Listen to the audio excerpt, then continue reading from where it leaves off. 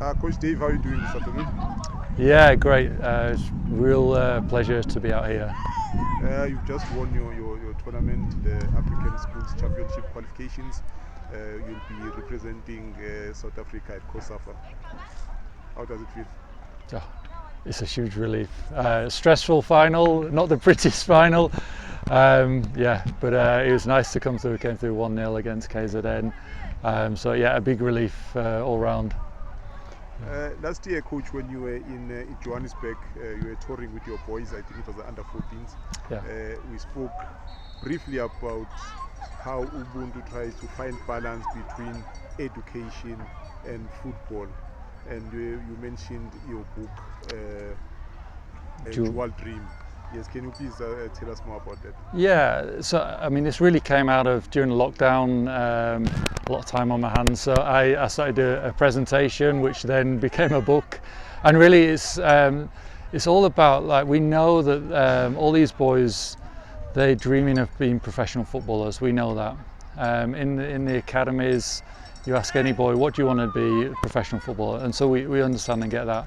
The reality is quite a small percentage go on to have a sustained career, and even those that do, it's a short career. So really Dual Dream is saying that even if you're going to become a professional footballer, you still need another career, and for the vast majority who won't become professional footballers, you need another career and you need another dream in life as well, and that football can't satisfy your whole life. So really Dual Dream is about really helping parents, coaches, players and coaches and the industry really come to terms with the fact that, like, through stats and some of the figures, that we've got a big fallout of a lot of disappointed kids. We've got a lot of disappointed families who didn't realise how few of those kids were going to come through, and really to start addressing this at a young age 10, 11, 12, start being real with kids and families to say, you're going to need another career. So start, like, what, it can be, and a big focus on academics. So start really pushing in those academics. You've got the book with you there. I've got it here, yes. Can you see it? Okay. Dual Dream, so education and football. I know the book goes into details and I'm looking forward to reading it, but just briefly, what does the book suggest for parents and for kids? How do they go about striking the balance between the two? Yeah, so a lot of it is about providing evidence. So rather than it being an opinion that the kids must have another dream, we actually look at some facts and figures. Like, we look at, how we've got 2 professional leagues in South Africa. So what does that mean for the hundreds of thousands of kids in South Africa dreaming of being professional footballers, when there's 176 starting in the PSL, there's 176 starting in NFT? So use that as a starting place.